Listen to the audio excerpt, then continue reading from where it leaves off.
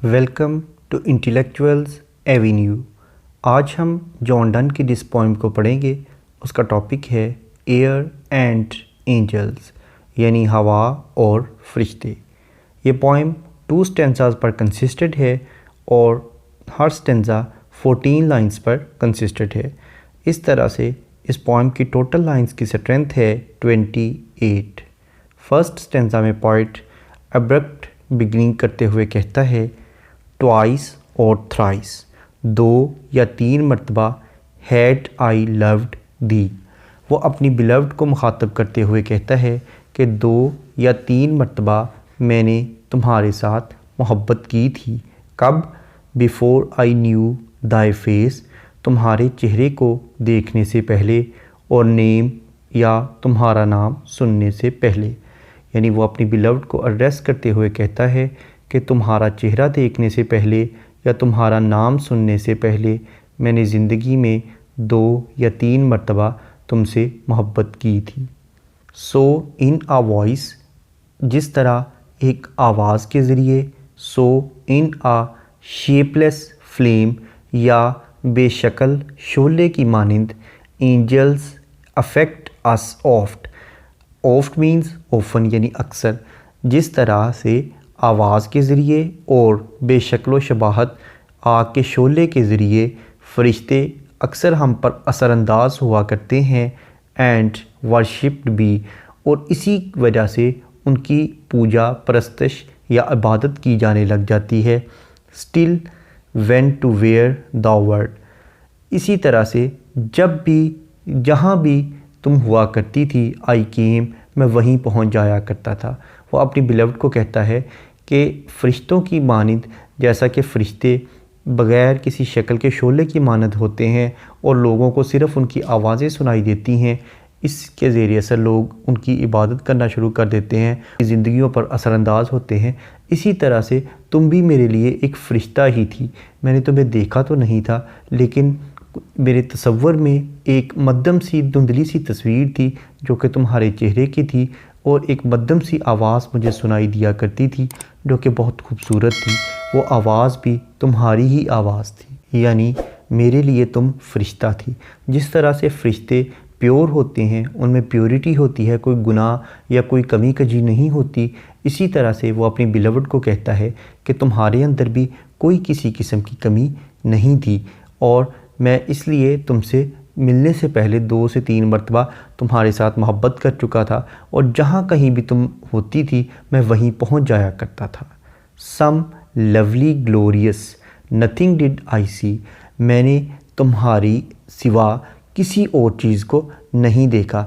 Lovely glorious से मुराद उसकी beloved है। वो कहता है कि तुम्हारे जैसी प्यारी, खूबसूरत और शानदार लड़की के अलावा मैंने ज़िंदगी में कुछ और नहीं देखा, ना ही तुम्हें देखने से पहले किसी और ख़ूबसूरत चीज़ का तसव्वुर ही किया था। बट मगर सिंस माई सोल, क्योंकि ये जो मेरी रूह है, हुज़ चाइल्ड लव इज़, जिसने मोहब्बत को जन्म दिया है, जिसका बच्चा मोहब्बत है, यानी मेरी रूह एक ऐसी चीज़ है जिसने मोहब्बत को जन्म दिया है। टेक्स लिम्स ऑफ फ्लैश, और ये जो मेरी मोहब्बत है ये गोश्त और जिस्म के अज़ा की मोहताज है। मेरी रूह मेरे जिस्म और इसके अज़ा में मुक़य्यद होकर रह गई है। And else could nothing do, और मेरी रूह इसके अलावा कहीं और नहीं जा सकती, कुछ और नहीं कर सकती। मेरी रूह को एक ठिकाना चाहिए था, तो मेरा जिस्म और मेरे जिस्म के अज़ा उसे रहाइश पजीर होने के लिए मिल गए। More subtle than the parent is, और ये जो मोहब्बत है ये अपने पेरेंट यानी अपने पैदा करने वाले यानी मेरी रूह से ज़्यादा लतीफ़ है। मेरी रूह से ज़्यादा लतीफ़ मेरी मोहब्बत है। Love must not be but take a body to, तो जिस तरह से मोहब्बत के पेरेंट यानी मेरी रूह को एक जिस्म की ज़रूरत थी, इसी तरह से जब मेरी रूह ने एक बच्चे को जन्म दिया जो कि मोहब्बत थी, तो उस मोहब्बत को भी अपने पेरेंट यानी मेरी रूह की तरह एक जिस्म की ज़रूरत महसूस हुई। एंड देयरफॉर, और इसलिए, what the word and who I bid love ask, इसलिए तुम जो कुछ भी हो, तुम जहाँ कहीं भी हो, मैं अपनी मोहब्बत से ये कहता हूँ and now that it assume thy body, कि मेरी मोहब्बत तुम्हारे जिस्म को इख्तियार कर ले, तुम्हारे जिस्म में रहाइश पजीर हो जाए, तुम्हारे जिस्म में सुकूनत इख्तियार कर ले।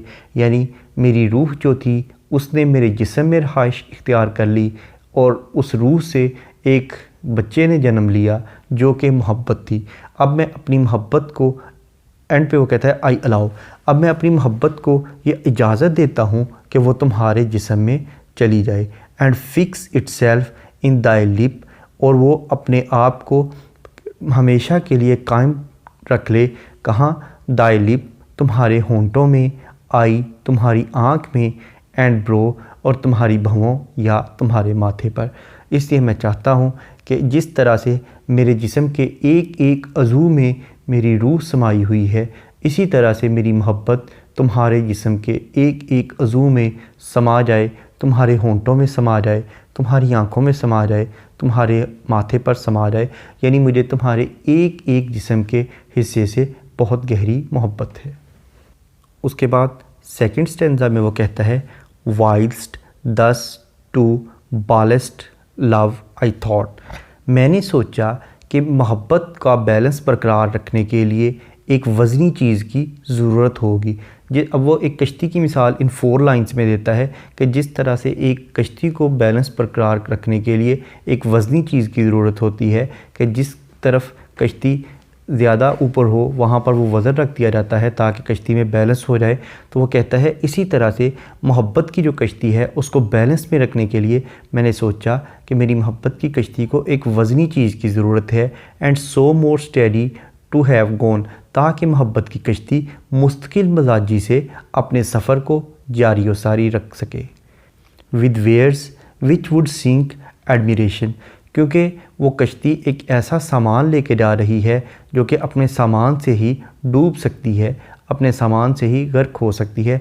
इसी तरह से हमारी मोहब्बत की जो कश्ती है वो हमारी ही तारीफ़ों से डूब सकती है। यानी हमारी ही मोहब्बत के आलम में जो हम इसकी तारीफ़ें करते हैं, अपनी मोहब्बत की तारीफ़ें करते हैं, उससे इसको नज़र लग सकती है और ये कश्ती डूब सकती है। इसलिए मुझे एक ऐसे वज़न की ज़रूरत है जो कि हमारी मोहब्बत की कश्ती को डूबने ना दे और इसका बैलेंस बरकरार रखे। आई सॉ, मैंने देखा, I had loved pinnace overfraught, मैंने देखा कि जब हमारी मोहब्बत की कश्ती बहुत ज़्यादा वज़न लेके जा रही थी, एवरी दाई हेयर, तो तुम्हारा हर बाल, for love to work upon is much too much, यानी जो तुम्हारा हर एक बाल है वो इसका बहुत ज़्यादा काम कर सकता है। यानी तुम्हारे बाल को अगर उस कश्ती में रख दिया जाए, उस मोहब्बत की कश्ती में रख दिया जाए, तो इससे क्या होगा, हमारी मोहब्बत की कश्ती में एक बैलेंस बरकरार हो जाएगा। सम फिटर मस्ट बी सॉट, तो अब तुम्हारा बाल जो है वो तो बहुत वज़नी था, रखना तो इसे इसलिए था कि वो इस कश्ती के वज़न को बरकरार रख सके, लेकिन जिस तरह से अपनी तारीफ़ों के बलबोते पर कश्तियाँ डूब जाया करती हैं, इसी तरह से तुम्हारा बाल जो है वो इस कदर खूबसूरत है कि उसकी दिलकशी से वो कश्ती बरकरार नहीं रह सकती और उसका तवाज़न बिगड़ सकता था। इसलिए हमें किसी और मज़ीद बेहतर चीज़ की ज़रूरत है। फार, चूँकि, नॉर इन नथिंग, ना ही अदम में, नथिंग का मतलब है अदम, जहाँ कुछ भी ना हो, ना तो अदम में, नॉर इन थिंग्स एक्सट्रीम, ना शिद्दत वाली चीज़ों में, एंड स्केटरिंग ब्राइट, और ना ही बिखरी हुई रोशनी में, can love inhere, inhere यानी समा जाना, मोहब्बत नहीं समा सकती। मोहब्बत ना तो अदम में समा सकती है, ना ही शिद्दत वाली चीज़ों में समा सकती है, और ना ही बिखरी हुई रोशनी में समा सकती है, यानी मोहब्बत कहीं नहीं समा सकती। देन, फिर, एज एन एंजल, एक फ़रिश्ते के तौर पर, फेस एंड विंग्स, जिसके चेहरा और पर, ऑफ एयर, हवा में होते हैं, एंड प्योर एज इट, और इसकी तरह, यानी मोहब्बत की इट से मुराद है मोहब्बत, और मोहब्बत की तरह खालिस होते हैं, yet pure doth wear, so thy love made be my love sphere, यानी अपनी मोहब्बत को मेरी मोहब्बत का मदार बनने दो कि मेरी मोहब्बत तुम्हारी मोहब्बत के इर्द गिर्द हमेशा गर्दिश करती रहे। क्योंकि जिस तरह से वो फ़रिश्तों की मिसाल देता है कि जिस तरह से फ़रिश्ते बिल्कुल प्योर होते हैं, मोहब्बत जो है वो प्योरर होती है। अगर फ़रिश्ते प्योर हैं तो मोहब्बत प्योरर है, यानी अगर फ़रिश्ते खालिस हैं या पाक हैं तो मोहब्बत पाकीज़ा तर होती है और खालिस तर होती है। इसलिए मेरी मोहब्बत को अपनी मोहब्बत का मदार बनने दो, मेरी मोहब्बत को अपनी मोहब्बत के गिर्द गर्दिश करने दो। Just such disparity as is twixt air and angels purity. ये एक डिस्पैरिटी है, यानी ये एक शगाफ है, ये एक दूरी है। जैसा कि हवा और फ़रिश्तों के दरमियान भी एक शगाफ, एक दूरी हुआ करती है। Twixt women's love and men's will ever be. इसी तरह से मर्द और ख़वातीन की मोहब्बत के दरमियान भी एक गहरी शगाफ होगी जो कि हमेशा कायम व दायम रहेगी। इस पोएम का इंट्रोडक्शन, ग्लॉसरी, ट्रांसलेशन और एक्सप्लेनेशन को देखने के बाद अब हम आते हैं इस पोएम में यूज़ होने वाली फिगर्स ऑफ स्पीच या लिटरेरी डिवाइसेस की जानिब। सबसे पहले हम देखते हैं राइम स्कीम। इस पोएम की राइम स्कीम है A B B A B A, C D C D D, E E E. दोनों स्टैंजाज में सेम राइम स्कीम को फॉलो किया गया है, यानी फर्स्ट, फोर्थ और 6 लाइन्स आपस में राइम्ड हैं, जबकि सेकंड, थर्ड और 5th लाइन्स आपस में राइम्ड हैं। 7th और 9th लाइन्स आपस में राइम्ड हैं, जबकि 8th, 10th और 11th लाइन्स आपस में राइम्ड हैं। उसके बाद 12th, 13th और 14th लाइन्स आपस में राइम्ड हैं। जैसा कि अगर हम फर्स्ट स्टेंजा को देखें तो फर्स्ट लाइन का लास्ट वर्ड है दी और 4th लाइन का लास्ट वर्ड है बी और 6th लाइन का लास्ट वर्ड है सी।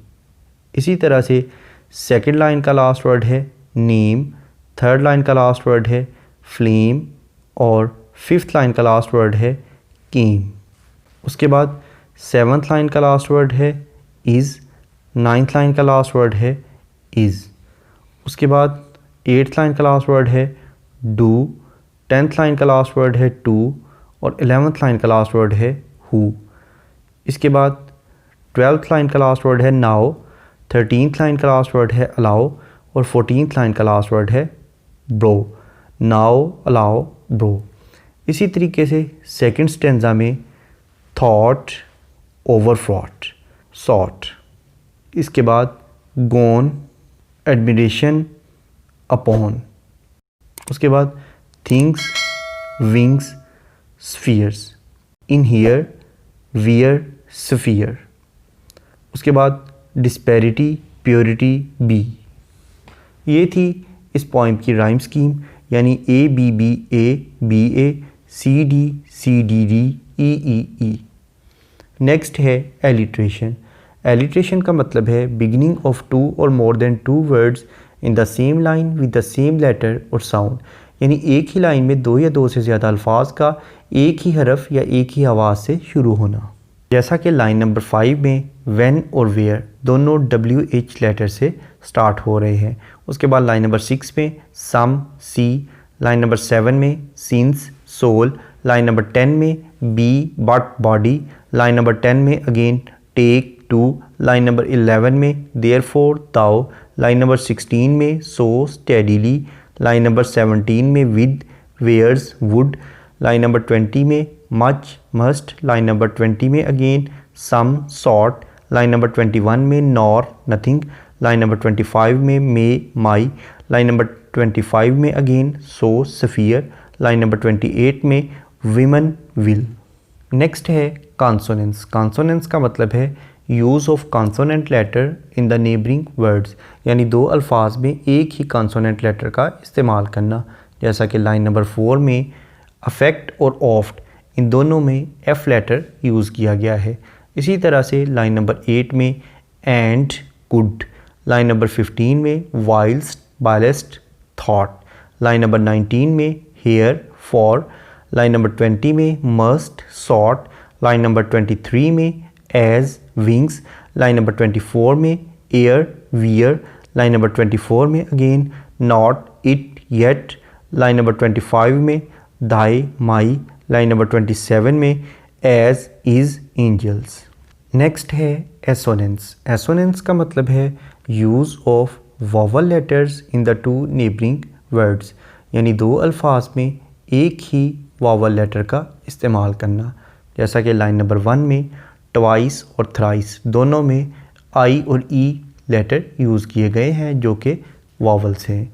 उसके बाद लाइन नंबर 2 में फेस, नेम, लाइन नंबर 4 में angels, affect and, line number 12 में आस्क एंड, लाइन नंबर 13 में अज्यूम, अलाउ, लाइन नंबर 14 में इटसेल्फ, इन, लाइन नंबर 16 में मोर, गोन, लाइन नंबर 17 में विद, सिंक, लाइन नंबर 21 में फॉर, नॉर, लाइन नंबर 23 में as an angel, line number 24 में air as, line number 24 में again of, not, doth, line number 26 में just, such, line number 27 में as, air and angels, line number 28 में twixt, will.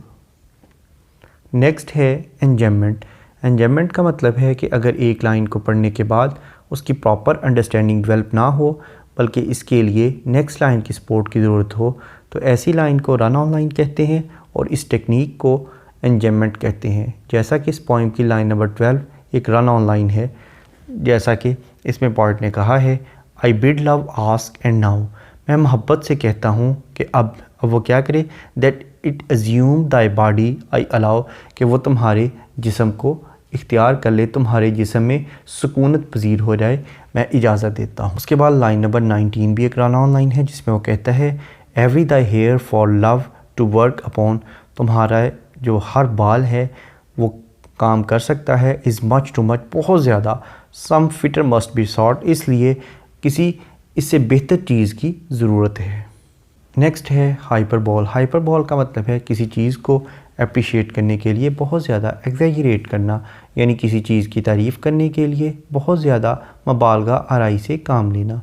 इस poem में thoroughly poet ने बहुत ज़्यादा हाइपरबोल से काम लिया है, जैसा कि वो अपनी और अपनी बिलव्ड की जो मोहब्बत है उसे एंजल्स की प्योरिटी के साथ कंपेयर करता है, बल्कि उससे भी बहुत ज़्यादा बढ़ा चढ़ा कर बयान करता है। तो इस तरह से थारोली इस पोइम में पोएट ने बहुत ज़्यादा हाइपरबोल का यूज़ किया है। नेक्स्ट है मेटाफर। मेटाफर का मतलब है किसी क्वालिटी की बेस पर किसी चीज़ को उससे बेटर या वर्स चीज़ डिक्लेयर कर देना। जैसा कि अगर हम इस पोइम के टाइटल को देखें तो इसमें एयर जो है वो वुमेन के लव की मेटाफर है और जो एंजल है वो मैन के लव का मेटाफर है। उसके बाद लाइन नंबर 6 में वो कहता है some lovely glorious nothing I did see, यानी वो अपनी बिलव्ड को कहता है कि मैंने तुमसे ज़्यादा खूबसूरत कोई सी और चीज़ को नहीं देखा था। लवली ग्लोरियस से मुराद उसकी बिलव्ड है। उसके बाद लाइन नंबर 18 में वो कहता है I saw I had love's pinnace overfraught, यानी मैंने देखा कि जो हमारी मोहब्बत की कश्ती है वो बहुत ज़्यादा वज़न से लदी हुई है, यानी वो लव पिनिस जो है इससे मुराद उनकी मोहब्बत है। तो ये भी एक मेटाफर है। नेक्स्ट है कायसुरा। कायसुरा का मतलब है कि अगर पोइट एक पॉज ले, एक वक्फ़ा ले तो उसे कायसुरा कहते हैं और ये पॉज किसी पंक्चुएशन मार्क के थ्रू लिया जाता है। जैसा कि लाइन नंबर 4 में वो कहता है एंजल्स अफेक्ट अस ऑफ्ट, उसके बाद उसने कॉमा यूज़ किया है। इसी तरह से लाइन नंबर 5 में वो कहता है स्टिल व्हेन के बाद उसने कॉमा यूज़ किया है, टू वेयर दाउ वर्ड, और वर्ड के बाद भी उसने अगेन एक कॉमा यूज़ किया है पाज लेने के लिए। तो यहाँ पर पोइट ने कायसुरा यूज़ किया है।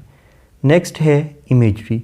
इमेजरी का मतलब है ऐसे वर्ड्स का यूज़ जो कि हमारी सेंस ऑफ साइट को अपील करते हों, जैसा कि angel, face, shapeless flame, child, limbs, flash, lip, eye, brow, love's, pinnace, sphere, woman, man.